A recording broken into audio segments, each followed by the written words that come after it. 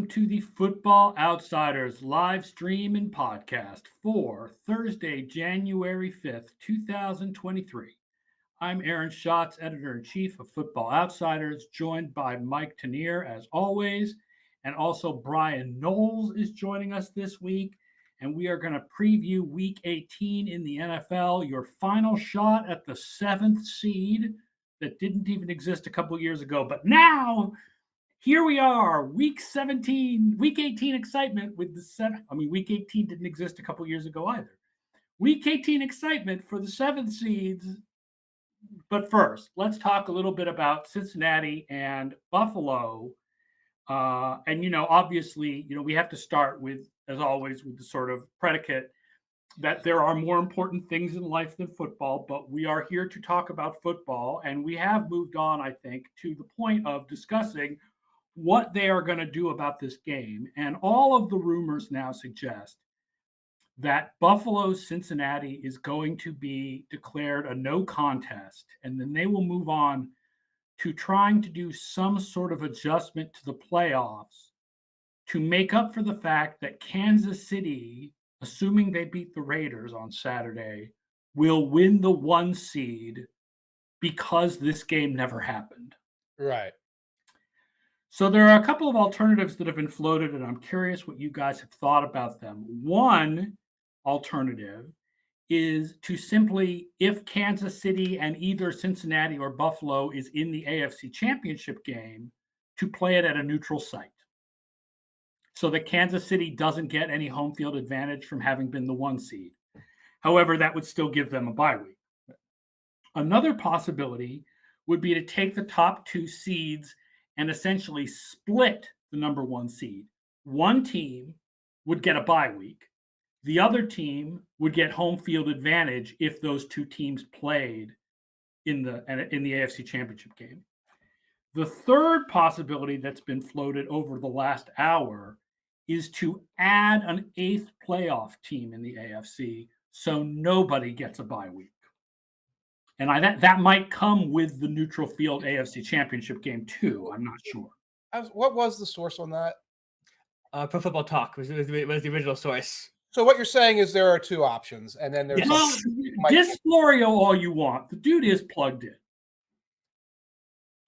I would not be surprised if it was raised at least at some level, because it is an option, as in it's a thing you could physically do. So, and I'm sure they are scrambling to figure out what the fair thing to do in a situation where there are no fair solutions. I mean, I would say that I'm against the 8th seed, because in the nightmare scenario, the 8th seed goes on to the Super Bowl. You've already had a Tennessee Titans team rest players last week, or not play players who might have played because they thought the game was meaningless, because this game is meaningless because they had no shot at it. That's one of that's just off the top of my head. The 8th seed's not real. It's not real.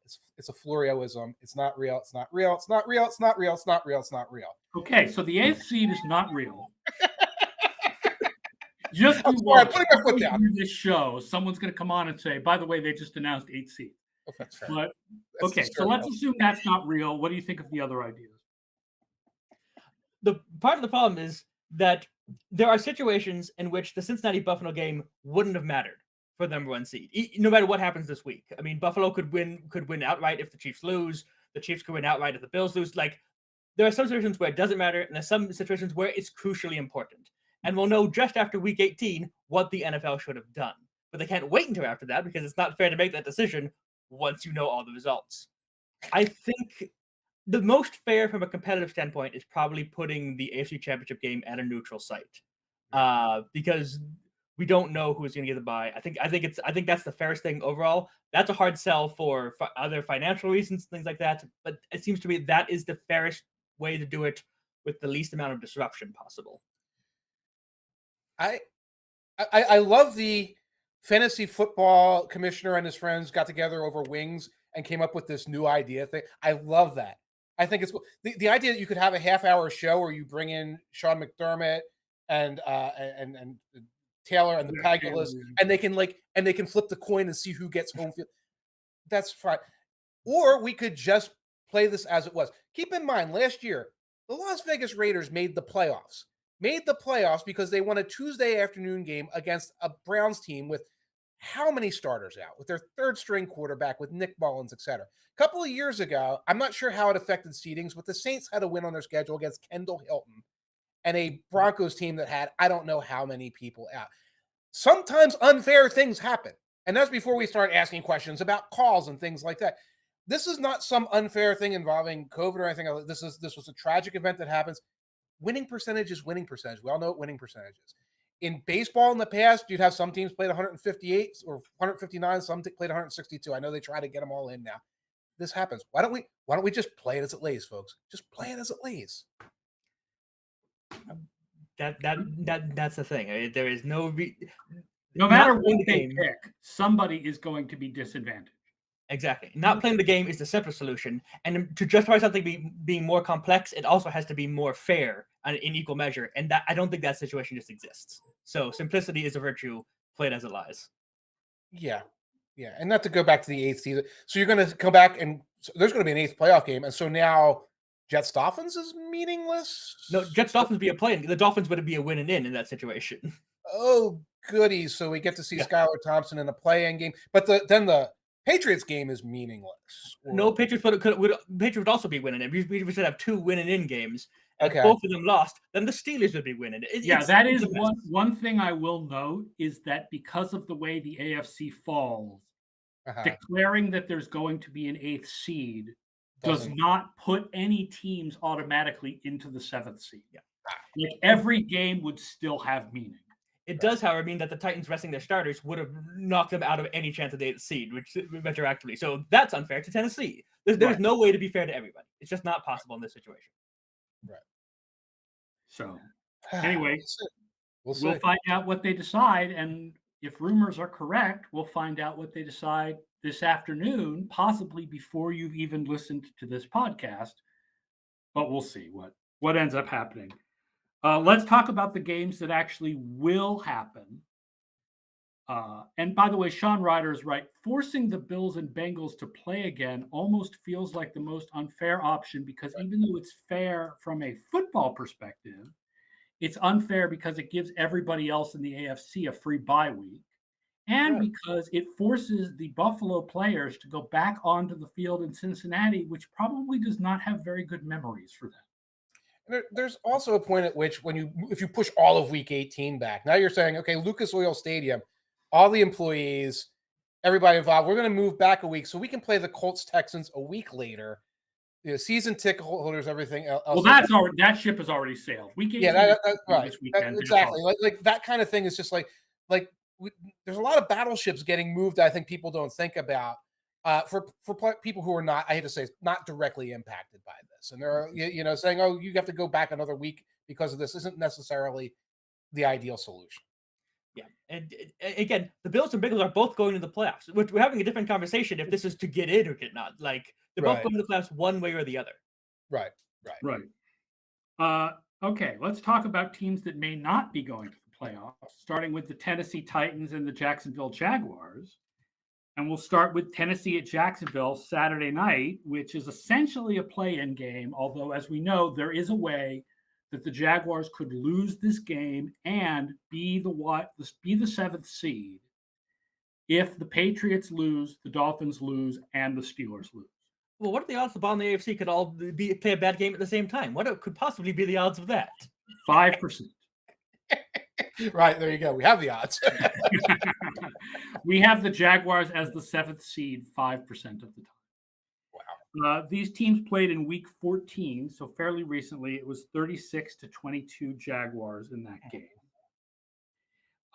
There's a lot going on here.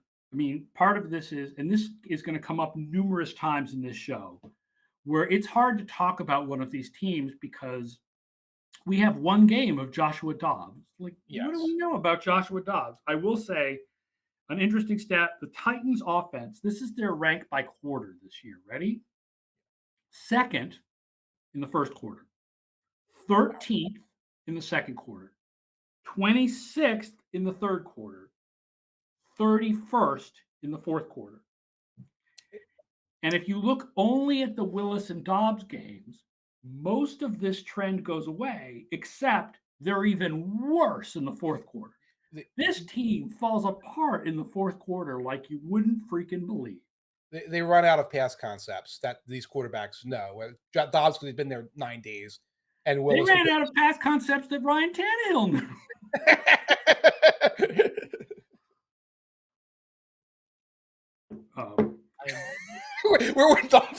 We're dumbfounded by it. No, I have a bunch of stats here. These are two of the top 4 defenses in the league against runs on first down. Okay. And both offenses are below average running on first down. So even if Joshua Dobbs is your quarterback, switch it up, pass on first down. I think they do a lot of play action passing on first down. I mean, we'll see. I mean, that's the thing is the Titans become successful. You ran some numbers on this earlier this year, like showing that the Titans are successful on first down passing because people are expecting them to run. Right. The boxes are like all 8-man boxes, right, and they can go over the top on that. And they've got like a screen game to their tight ends. They like using Okonkwo, I believe is the young man's name. They use him a lot. Jaguars 31st against tight ends. So Chigoziem Okonkwo. Oh, I hit a parlay with him last week. I'll look him up. I'm not going to look him up like right now, but that's a good one. By the way, Derrick Henry full participant in practice. Yep. Justin Simmons limited. Looks like he will play. He's obviously a big factor in that running. Jeffrey Simmons. Jeffrey Simmons, yes. I'm making up new people today. If you saw Justin Simmons. No, Justin Simmons is playing too on. He's just playing on Sunday. For the Broncos. Treylon Burks, I think, was limited. And of course, that's a big deal because every lack of a receiver just takes that Titans offense down. Yeah. The Titans passing game is already, remedial levels. They can't really afford to lose anybody and have really a chance in this one. The thing the Titans do best is punt the ball to the other team. That's not ideal if you're fighting for a playoff spot at this point.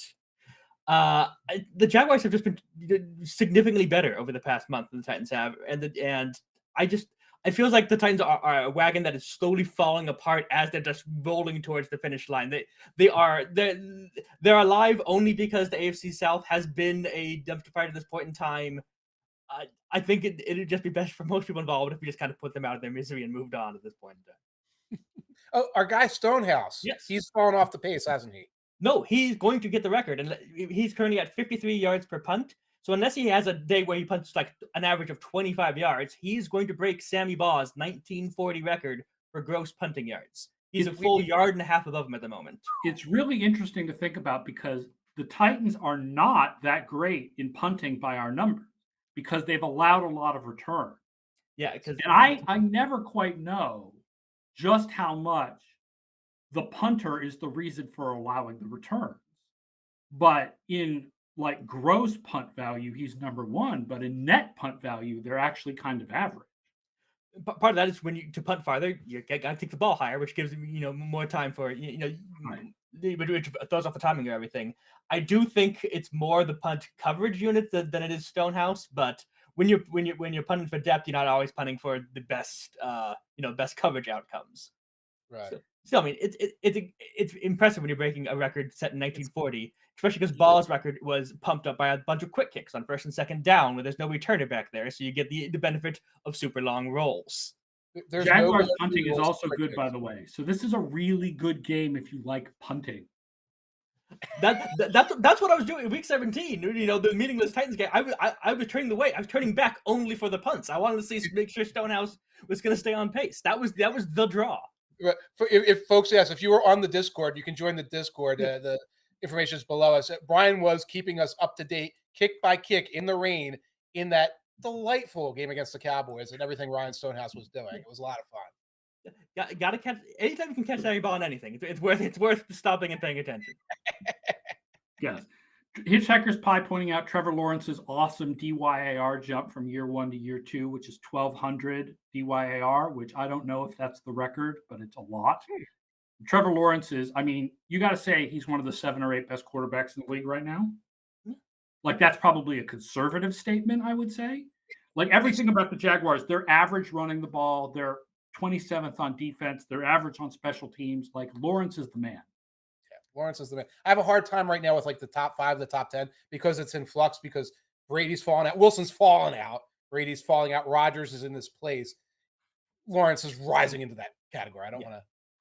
He's on his way there if he's not there already. The probably the best year 1 to year 2 DYAR jump is probably like Jared Goff. It is Jared Goff with Josh Allen number 2 behind him. I don't know. I don't know off the top of my head. I don't know the exact numbers, but that was the numbers as of last year. Because Goff sucked Yes. so much as a Goff was a disaster. there was a lot more room for him to jump Yeah. than there was for Trevor Lawrence or Peyton Manning, right? I mean, yeah. Your prop for this game, Mike. My prop for this game, I kind of like this one.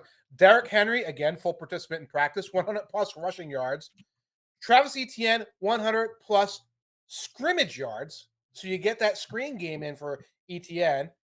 Parlay both of them at plus 400. So 100 rushing for Derrick Henry and 100 plus scrimmage for Etienne. Henry does tend to go off against other AFC South teams, doesn't he? Yeah. And he's got a week off, so he's rested and ready to But go. I got to think the Jaguars are stuffing lots of guys in the box on this game and daring Joshua Dobbs to beat them. Yeah. I would agree. I feel like I've got to do something in this game, and I feel like I'm going to take that. Because, again, Henry could also, they stuff the box, he gets the breakaway. They already ruined our Saturday night, making us stay home on Saturday night instead of going out and having a social life. So I'm staying home. I'll be on the Discord. I didn't say I wasn't. Great social experience. I just said they made me stay home. That's the difference between you and us. Like, oh, good, we get to stay home. Yeah, Saturday night is social life night usually. Another Saturday. Already was going to lose the playoff weeks. I got some money, so I just got paid. All right. Jaguars favored by 6 with an over/under of 40. Over? What do our numbers say about the over? Slightly over. Yeah. Probably not worth betting. I like the Jags -6. I'm not sure about the over/under. I like the Jags -6 too. Yeah, I think this is one where the Jags could get out to an early lead and then sit on the ball, and I don't trust Josh Dobbs to be able to come back from anything like that. All right, Jags -6 it is then. Yeah. All right, let's move to the next day, and let's move to Baltimore at Cincinnati, which is at 1 p.m. The Ravens won this game in week 5, 19-17, but all indications are we are getting Tyler Huntley again. And Huntley is on the injury report with a wrist injury. So we may not even be getting 100% Tyler Huntley. Yes, we could be seeing some of that young man Brown. Yeah, I mean, I have a feeling we'll see Huntley. The question is, what does Huntley have, right? Right. So this is the first of the games where, I didn't write as many notes because, I mean, it's Huntley. I mean, I will say this, which is the Bengals are especially weak against the short middle. And I did look up Huntley's numbers, and he is good at those passes. He's not as good at the deep and the sides and the whatever, but the short middle where the Bengals have a weakness, he is good at. Mm-hmm. And the Bengals are 5th against tight ends, but Mark Andrews did have 89 yards and a touchdown in week 5. So, and you want to talk about your short middle passes, that's Mark Andrews led. Yes.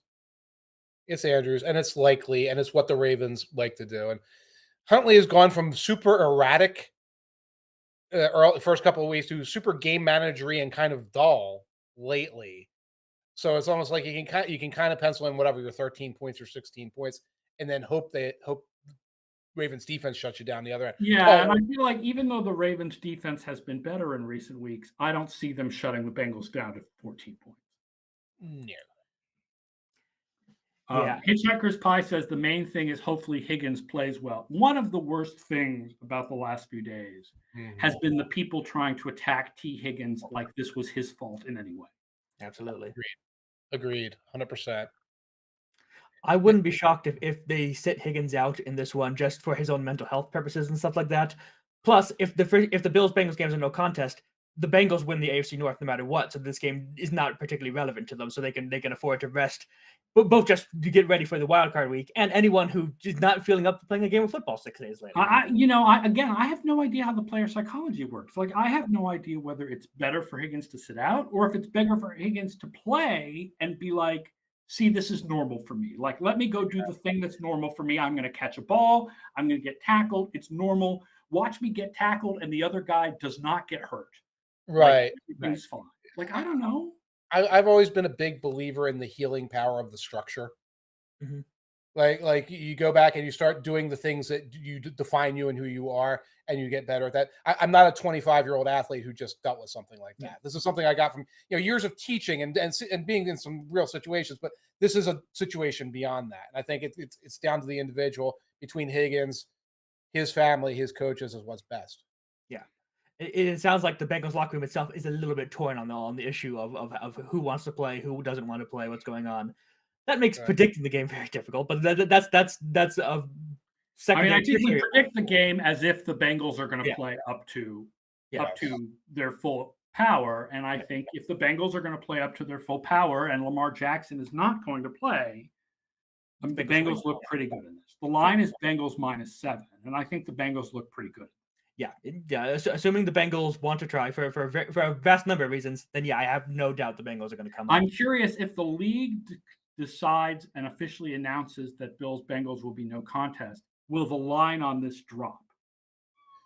Because now the Bengals have less to play for. Yeah, if there's whispers that anyone's sitting out, I'm sure it'll plummet.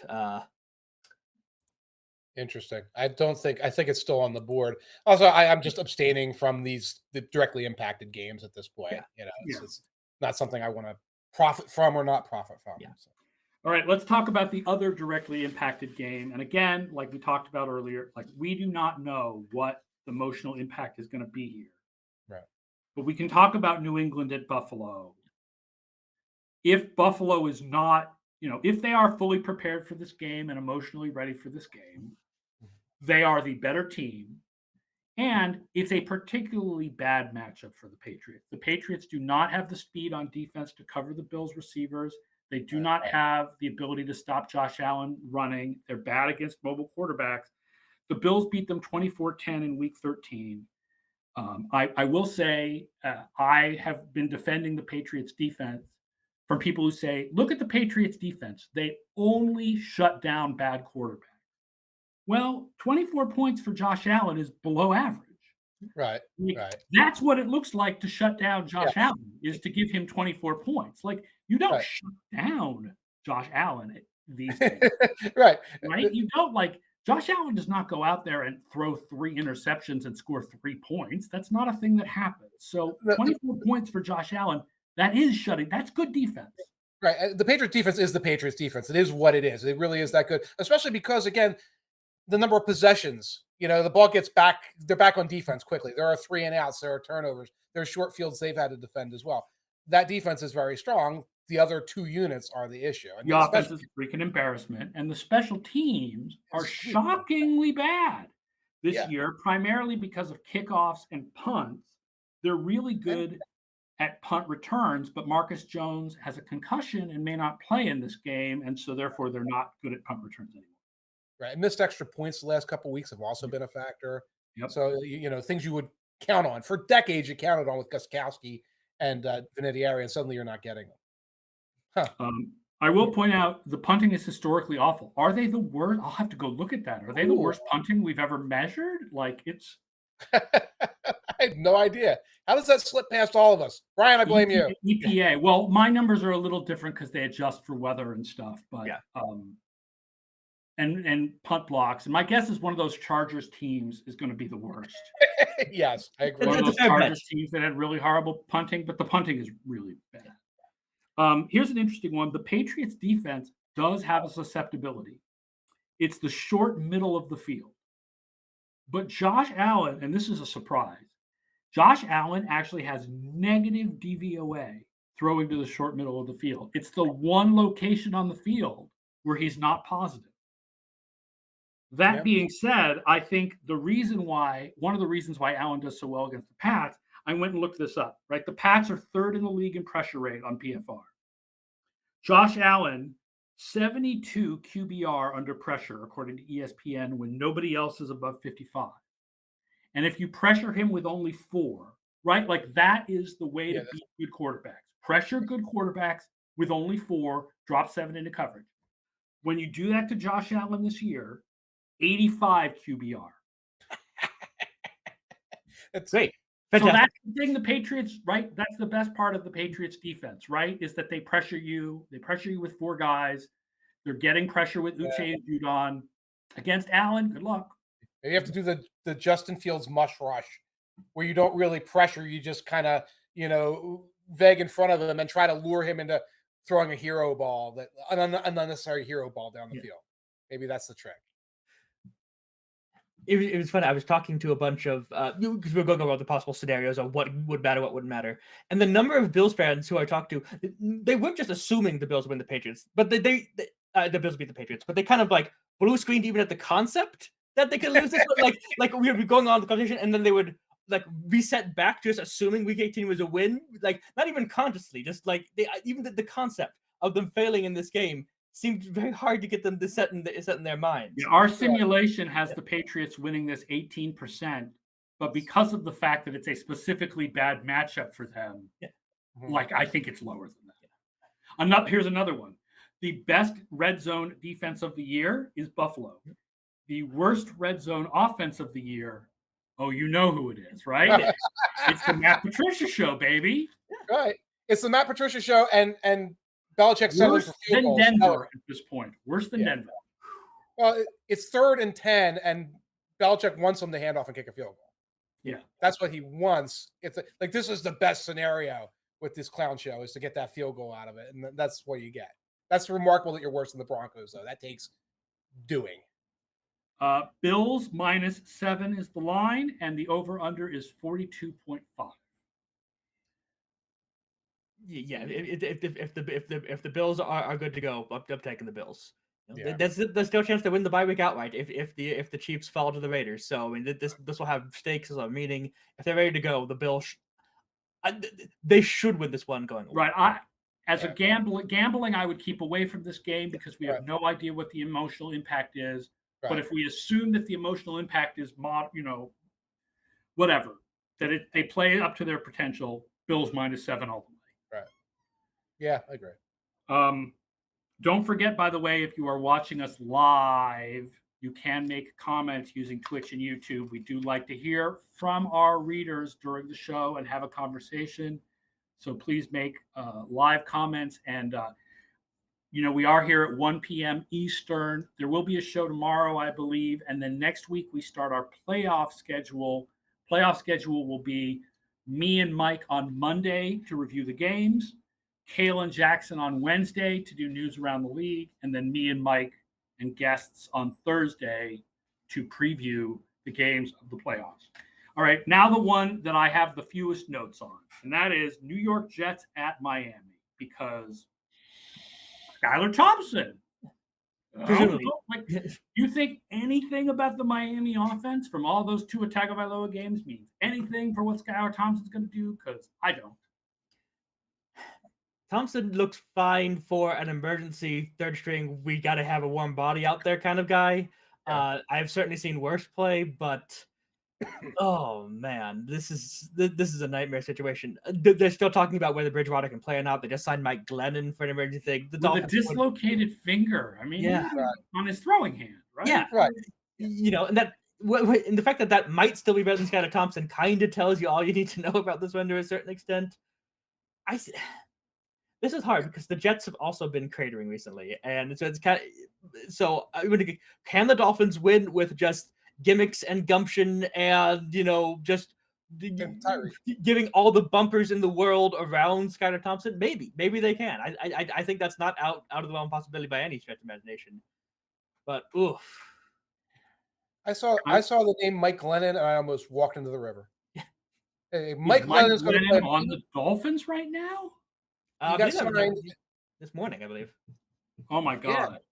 Yeah, and there was chatter coming out of the Dolphins earlier in the week. There was speculation. It's like, well, should he play in this game? And it's like, I can't. Mike Glennon, 2022 meaningful game. No. I just short circuited at the thought of that. Give me Skylar Thompson throwing jet sweeps and shovel passes the entire game to Tyreek Hill, but don't give me that. Flip side, by the way, the entire Jets offensive line is on the injury report.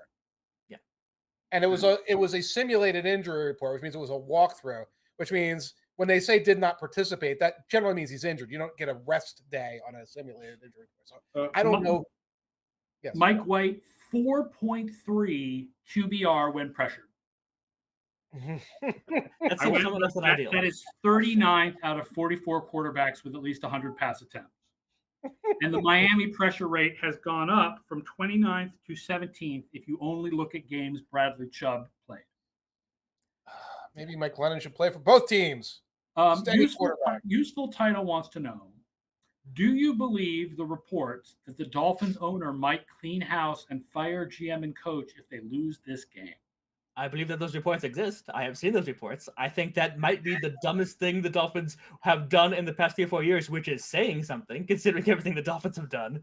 I don't see how you look at what happened on the back half of the season and go, yes, it's the coaching staff that's the problem, not the quarterback injuries. No. I believe the reports more than I believe the 8th playoff team report. Let's put it that way. I think, and also the idea that Ross is just going to make a play for Peyton absolutely makes sense. That he might make a play for Harbaugh absolutely makes sense. And the idea that Greer is safe, harmless through all this is also a little bit of a thing. Again, there was an injury rash, but then you look at the way this team has played together. The only discredit on McDaniel is my questions: are we sure that he handled the Tua concussions well? And I feel a little, but that seems like an organizational problem. That's not a problem you get rid of because the rot happens outside of his control anyway. So if they did the firing simply to get the Peyton-Brady combination that they just lost a draft pick over, would the NFL block it from happening? I don't think you can. Yeah. If Brady is a full free agent, as long as they're not giving Brady ownership. The whole thing about giving Brady part ownership of Miami was never going to happen because you need 31 teams to approve that, and the New England Patriots will never approve that. Yeah, true. The teams will shoot that down out of spite, if nothing else. They've also got to compensate the Saints if they do that. Now, again, they can. With the first-round pick that they don't have. They have to compensate the Saints with a first-round pick they don't have. The first-round pick, the Dolphins have one at the end from... I guess. No, that went to Denver. That's part of the Bradley Chubb trade, I believe. Oh, yeah, you're right. The first round pick went to Denver. Yeah. The Bradley Chubb trade. They took all those Niners picks and sent them away, yeah. You had it right in the mock draft you did. That's one of the few things I just want to point out, by the way, Brian, that your cat is up on like a shelf. And so all we see is cattail, but not the rest of the cat, and it is hilarious. It is like a little Star Wars alien right up in there. Yeah. On the other hand, says Hitchhiker's Pie, Brady has already owned the Dolphins for years. So the line in this game is Jets -1, slightly under 38. 38.5 is the over-under. Our system goes slightly under. I would stay away from betting this game. Yeah.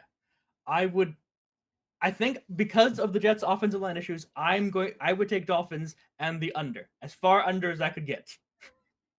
I hate week 18. I hate it. Hate it. I might go over though, just for the chaos gaming. I'm here for any chaos, stupid chaos Stephen Ross does. Does it help? Does it help your opinion to know that the Dolphins have removed the ping pong table again? Does that sway you in some way? The ping pong table has been moved out. Yes. Somebody put, I think it's Dan Steinberg, whose famous tweet: "The life is just a series of ping pong tables being moved in and moved out, and players talking about what the difference is." Yeah, that's meaningful. Very meaningful. Cleveland at Pittsburgh. A game that unbelievably means something. I mean, credit to Mike Tomlin for dragging the Steelers into playoff contention once again. He's coached 257 games. This might be the year that officially put Mike Tomlin in the Hall of Fame.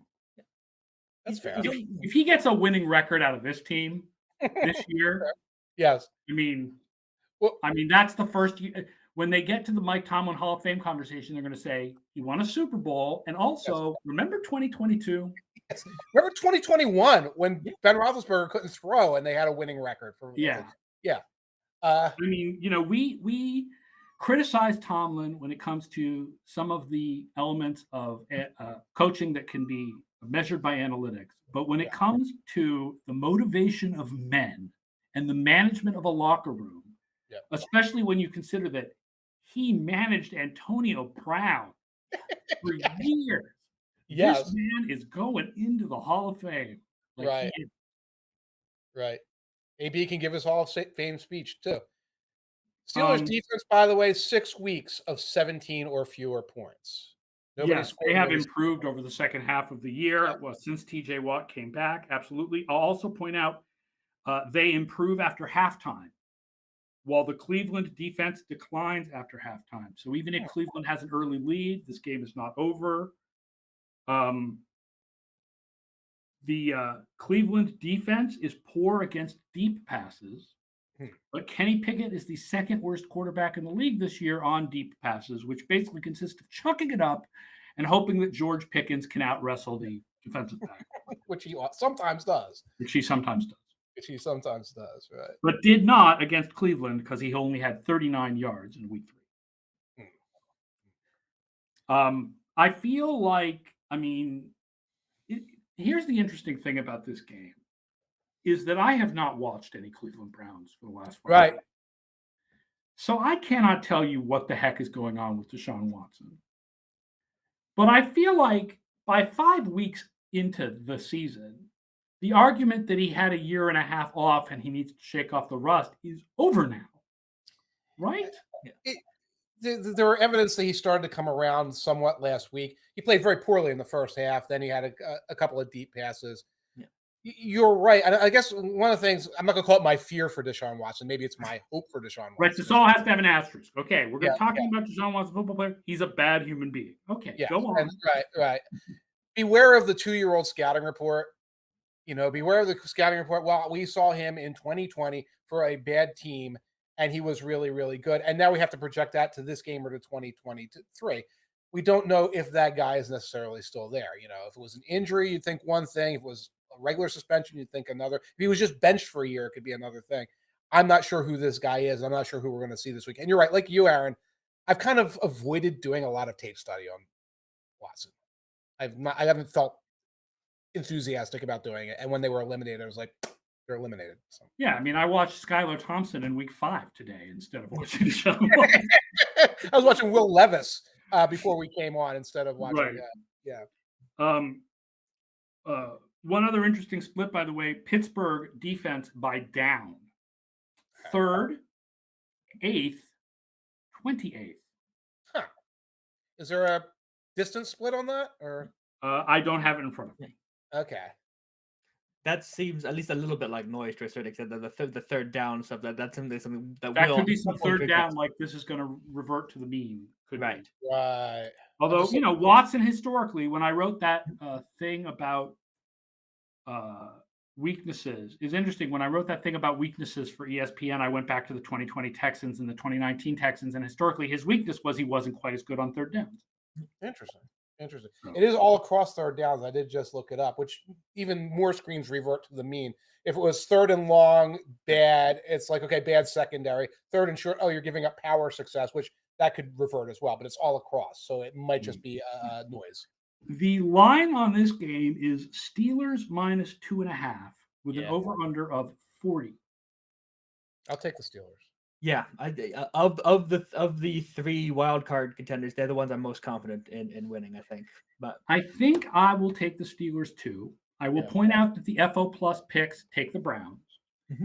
And I will also say the Browns do seem to me like a team, much like the Lions in the game we're going to discuss later, that despite being out of it, they're going to play hard to try to kick the other team out of the playoffs. Right. A lot of the Browns have a very high DVOA. I feel like Brissett, when he was there, was playing well in that running and play action structure. The Browns are 11th overall in DVOA. They're 8th in offense, and that's all Brissett. Right. And within the structure, Brissett within the structure of that offensive line, that design of system. And then their pass rush was strong. And I think like their pass defense overall, we talked about some weaknesses. So it's almost like they're riding on what was happening in week 8, 9, 10 in terms of what our methods are looking at. Right. And week 3, in which they week 3, Los Angeles Rams at Seattle, 4:30. Now, this I'm going to point out, this is another sort of like the Bills and the Patriots bad matchup. The Rams seem to be a bad matchup for the Seahawks. The Seahawks played badly against them last year, and then in week 13, the Seahawks only won 27-23 on a last-minute touchdown pass against John Wolford. Yeah. And say what you want about Baker Mayfield, he has played better than John Wolford. I mean, that's been the rock paper scissors in the NFC West for the past few years. The Rams are always beating the Seahawks. The Seahawks are beating the Niners. Niners are beating the Rams, and just whoever's slightly stronger ends up winning the division. Yeah, the Rams when are very bad against starting receivers. Mm-hmm. And in the first game between these teams, Metcalf had 127 and a touchdown, and Lockett had 128 and a touchdown. Lockett is on the injury report with a shin injury. Yes, to replace the whatever he had, finger or hand injury. Yeah. Right. And also, and again, it's hard to make these week 18 injury reports, a lot of rest days being thrown. All the running backs for the Seahawks are also on that injury report.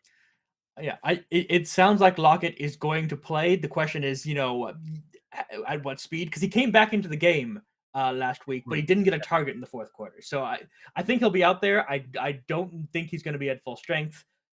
I kind of sense a little bit of an upset brewing here because the Seahawks, it has been a bad matchup. They're not at full strength. They've got Smith has fallen back to still being better than you would expect Geno Smith to be before the season, but he has fallen down a little bit. And, Baker Mayfield has been a surprising. Baker Mayfield has been the guy the Panthers hoped they were traded for, as opposed to the guy they actually traded for. So right. This is going to be exciting. Right. And when you drop from Lockett to Laquan Treadwell. Yeah, that's a problem. Who has replaced Jalen Reagor as the guy I make fun of here. So go on. Yeah, it's interesting. Because I mean, I think I kind of would want the Rams to win. I'm kind of rooting for the Lions. Yeah, the Rams winning makes sense. I want the Lions, because I like, longest suffering fan base without a playoff appearance. Yeah, should get in. Of the teams that are still in it, so that would be the Lions. But I mean, the Seahawks are the better team. Like, even though they've got the bad matchup. So, like, for example, the line on this game is Seahawks -6.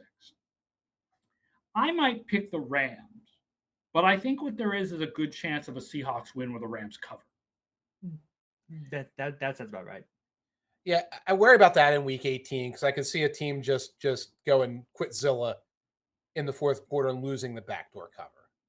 And any other week, be like, oh, yeah, this is close. I worry about that team with nothing to play for. Like, oh, we're down. And then. So it's like the Seahawks are winning by like a touchdown in the fourth quarter instead of like desperately trying to.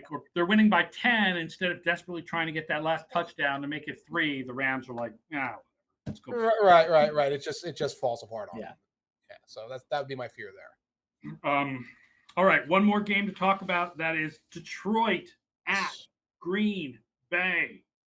Yes, Lions won this game with a surprisingly low score in week 9, 15-9. And this is Green Bay was still in the we have no receiver phase, but that's very low for Detroit. Yeah, I mean, the fact that the Lions were kept to such a low score, I think is sort of interesting too. One thing I am going to point out, I've talked about this a couple of times. Split happen. And in general, from year to year, no team has a better home field advantage than any other team. Okay. But I bring this up solely because Detroit plays indoors. So if you would imagine a team that is different home and away, an indoor team is the kind of team you imagine being like that. Detroit at home, 5th on offense and 15th on defense. Detroit on the road, 12th on offense, 30th on defense. And the Vikings, we were just complaining about playing outside in Green Bay and slipping over the place last week. So you got some kind of we have a recent precedent for dome teams not like playing up in Lambeau. I will also say two other things. The Packers defense is 6th in pressure rate at PFR. And Jared Goff drops from 4th to 16th in QBR when he's under pressure. We all know the problem. Goff's problem is if you get him off schedule, right? Yep. And the Packers have the pressure rate to do that. And then flipping things around, Detroit's defense is terrible against passes on the outside, but 2nd against passes in the middle, which happens to be the strength of this Green Bay passing game. matches the strength of the Detroit defense. Surprising. So, by the way, Lions have the best offense in the NFL in DVOA over the last 5 weeks.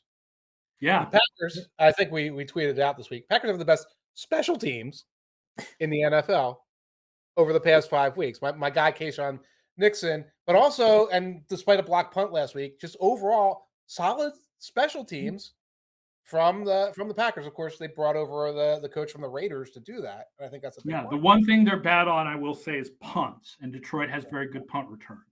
But yeah, Keyshawn Nixon is great, man. He's going to be my All-Pro kick returner. Absolutely, he's going to be everybody's All-Pro kick returner. Excellent. I hope so. What are you guys thinking about this? The running games are interesting here. The Detroit running game is only 15th, but the Packers run D is 31st. The Packers running game is 3rd, and the Detroit run D is 27th. Yeah. There could be a lot of Aaron Jones and A.J. Dillon going on for Green Bay in this game. I feel like the Lions would be more likely to turn to their running game just from a philosophical and like offensive point of view, as opposed to the Packers, who are going to live or die with Aaron Rodgers, kind of no matter what. That Packers run defense is a disaster. The Joe Thomas draft is coming out this afternoon, where I draft like non-playoff players for playoff teams. I doubled up on run defenders for the Packers just because I just can imagine them getting run over by the Eagles or the 49ers or whoever they end up playing at some point. It's not like the Packers run defense buckles in January. I don't know. Oh, no, never. Crazy idea. Historically, very solid. Yes, absolutely. Bryan, what team are you a fan of? I am somewhat partial for the 49ers. They've had a little bit of luck over the years. If the Packers win this game, what team are the Packers going to probably play in the first round? It's probably the 49ers. It's funny anything about the Packers giving up running yards to the 49ers. I remember something vaguely, So you don't think of Christian McCaffrey. You're not looking forward to seeing Christian McCaffrey against this defense, are you? Oh, no, not at all. I think that'd be a shame. Shame. Oh man. I will say it's interesting. Your prop, Mike. Yes. Part of this prop, I'll announce the prop. Highest scoring game on Sunday. Here's the preface. On Sunday, not week 18, not the 2 Saturday games. Highest scoring game on Sunday. You can get the Lions-Packers plus 400. A couple of factors here. One is outdoor game. That's an issue when you're talking about scoring. Outdoor game in the cold at night. I look at those week 18 games. Remember, I hate week 18. And the amount of games where it could just be a sloppy, 23-13 ending all during the course of the game. Like, these guys are resting their starters. These guys. I love the idea coming into that late game, knowing exactly the number we got to hit by that late game, and seeing these two teams, again, two very good offenses, go out and cross that number. I will say our over-under system under 49. Under 49, partially because it's a cold game, right? Temperature's supposed to be below freezing, night game. And because all other things being equal, divisional games have a little bit less scoring. But the over-under is still 49. I'm looking at the schedule right now. How would your betting change? Grouch just wants to know, how would your betting change once the Rams-Seahawks result is known?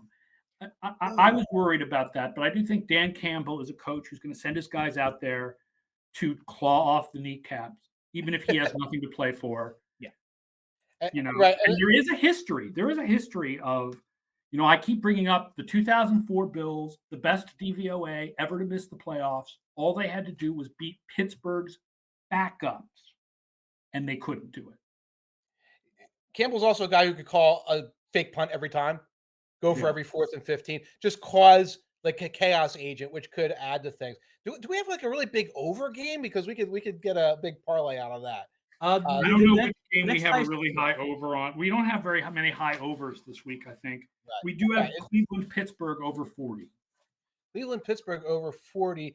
The parlay on that to be the highest scoring game, which I wouldn't necessarily play, you could get that at 1,500 if you're feeling it. Yeah. I really like Detroit Green Bay being the highest scoring game on Sunday. The next highest over/under period is 43. That's Minnesota and Chicago. So that's the Nathan Peterman show. So I assume they're assuming Peterman's going to throw a number of touchdown passes. By the way, I gave this away on Twitter, but I didn't give away what game it is. I said there was a game this week that was the first one all year where our projected line was over a touchdown different from the market, which it no longer is because the line on Minnesota-Chicago went down a point. But our big pick of the week is under in the Chicago-Minnesota game. At 43? Yeah. Yeah. God, Peterman could give 17 points to the Vikings on his own. It's the Reaper of Chaos versus the Sowers of Chaos. Is what it is with Peterman versus the Vikings. That could go any direction whatsoever, and I would not be surprised. The fact is, as bad as Peterman is, his picks are not likely to turn into pick sixes are rare. Yes. Okay. It is likely that they are picks and not pick sixes, and that is why the system really likes the under. I might just take it. To make watching Nathan Peterman like palatable in some way. The line is Green Bay minus 4.5 in Detroit at Green Bay. I want those points. You would take Detroit in the 4.5? I do too. Yeah. I'll go the other way on this one, just so we have some disagreement here. I like the Packers in this one. I think the Packers have been again, as a 49ers fan, the Packers have been scaring me over the past 4 weeks because they've found a passing game. They have really started to click into full gear on everything but run defense. Right. I think they are the team nobody really wants to play right now. Because once you get the Eagles have had injury issues, the Niners are on a third string quarterback, the Cowboys are kind of cowboying it up over there. The Packers, the Packers look like they could sneak in the 7th seed and make some noise. I think the Packers are going to win this one. I think they're going to look good doing it, and I think we're going to have a week of can the Packers get over their ghosts of postseasons past. One more question, by the way. Hitchhiker's Pie wants to know if being an All-Pro voter is an eventual pathway to Hall of Fame voting, or are they sort of separate processes that are semi-correlated? I don't think they're actually very correlated. No. I would love to be a Hall of Fame voter, and I've expressed that to a couple of Hall of Fame voters. Mike would also like to be a Hall of Fame voter. That's my job. Most of the Hall of Fame voters are specifically assigned to specific teams. Yes. I don't remember exactly how many people are in that room, but 32 of them are specific to specific teams. So, for example, Ron Borges represents the Patriots media as a whole. Right. Damo represents Eagles media. Right. Yeah. The All-Pro voters are primarily national media. Right. I can't give away the names of the, whatever. I will say it's more analytical now than you would think. Right. And you can see the reasoning behind that. You can see the Hall of Fame vote. It's like somebody has to come up from somebody who's been retired several years and present a case and sort of stand for an individual person. Very different in the All-Pro, where you kind of want somebody who's been following the whole league and not be like, oh, we're going to be tribal about these individual guys. So there's a different mentality. So I actually think there's very little crossover between the All-Pro voters and the Hall of Fame voters because the All-Pro voters are mostly national folks. So that answers that question, but I would love for either me or Mike. I mean, if Mike got in that room, my stats would get in that room. So as far as I'm concerned, that's basically the same as me being in the room. Your stats are getting into the room now. I hope so. All right. I just want to remind everybody of our sponsors, which is Underdog Fantasy. And you can play Underdog Fantasy for playoff best ball. You can play now and try to play guess who's going to win the 7th seed. Or you can wait and play after this weekend. And then at least you know who the playoff teams are. But either way, they've got playoff best ball leagues galore with a chance to win real money. Plus, they've got all of their over-under games where you can guess an over or an under on a player's projected stat line, even if you are in a state where traditional prop betting is not allowed. So there's also baseball. Baseball best ball drafts are up too now. So Rafael Devers just made a bunch of money. Go grab him in your baseball best ball draft. So you should join Underdog Fantasy. UnderdogFantasy.com or download Underdog in the App Store. And do not forget to use promo code OUTSIDERS so they know we sent you and so you double your first deposit up to $100. Hitchhiker's Pie says a Tampa AP voter presumably voted for their quarterback 1 year in the 90s. I don't remember. System's not perfect. It's going to be interesting this year. It's going to be interesting this year now that we're voting like baseball writers, right? So for this year, for the first time, we are voting for 2 players for every All-Pro spot, three players for every award, and 5 players for MVP. Weighted? And it's weighted. I believe that the MVP votes go 10, 5, 3, 2, 1. That's going to be really interesting. That'll highly increase the odds that a non-quarterback slip into the voting somewhere. It should be fun to watch. It also means that there will be a real second team. None of this business where we all vote for Jonathan Taylor and therefore there's no second team running back. Like there will be a second team running back. Or Cole Beasley getting 1 vote and therefore getting in the second seat because someone voted for a slot receiver. Yeah. Peter. What'd you say? I think he was on record. Peter was on record. That was Peter King, yes. Yeah. You say, well, I've had the same question this year. I asked actually on Twitter. Should I vote for a free safety and a strong safety, or should I just vote for whoever I think is the 2 best safeties? And I'm not saying that I've decided that the 2 best safeties are Hufanga and Budda Baker, but it's possible that the 2 best safeties are Hufanga and Budda Baker. Should I vote for Hufanga and Budda Baker, even though neither of them is a free safety? Good question. You know, I'm also considering Minka Fitzpatrick and a couple of other guys. But Grouch says Hester goes in. I mean, I think Mike is plugged into this better than we are. I think that a lot of the Hall of Fame, we can argue about Hester's value, but the Hall of Fame voters believe it. The Hall of Fame voters seem to be pretty high. I'm getting more information as people respond to me along the way. I think Hester has a pretty strong chance. When I hear he had a pretty strong chance last year, and just, you know how it is, the go from 15 to 10 to 5. He sort of got lost along the way up that path, but it's not a situation by any stretch where people are like, return, man, what the hell is it? It's completely the opposite of that. The fact is, Cordarrelle Patterson may have better numbers, but Hester has the legends. Hester has the no one's going to kick off normally to the Bears for like 3 years. They're going to bounce kickoffs. Right. Yeah, I mean, there were teams that did that with Cordarrelle Patterson too. But again, Hester has the legends. Hester has the stories. Right? Like that's what matters. Right. Hester did it in a Super Bowl. Hester, that's what matters for Hester. I remember interviewing some kid for the draft a couple of years back who was trying to make a name for himself as a return man. And he told the story of being in the stands at like 8 or 9, seeing Hester return the kick in the Super Bowl. Like, that's what I want to do. That's who I want to be. There's like a sort of a big, like, emotional impact thing with Devin Hester. And it's an on-field impact as well, because that 2005 Bears team was garbage. You know? Yes. And, well, I mean, on offense, certainly. And Hester was a big part of why it was all defense and special teams. Yeah. So. And Urlacher already got it. So. Yep. So that takes care of that Bears defense. All right. That does it for the show, folks. Thank you so much for watching. Thank you for listening to our podcast. Thank you for listening and watching all year. I mean, we're not done. We're going into the playoffs, but I want to thank everybody who's been watching and listening all year, everybody who has been dropping comments. Don't forget to use our friends at Underdog Fantasy. Don't forget to subscribe to FO Plus. Don't forget to use our Discord. We are going to have some awesome discussions on Discord during the playoffs. They're going to be really good.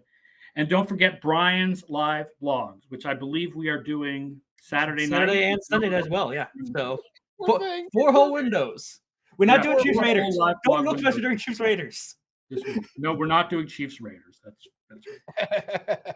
And we will be back. Me and Mike will be back Monday, 1 p.m. to review Week 18. And by then we should know what's happening about Cincinnati Buffalo and be ready to go into the postseason. So we will see you then. Have a great weekend, everybody.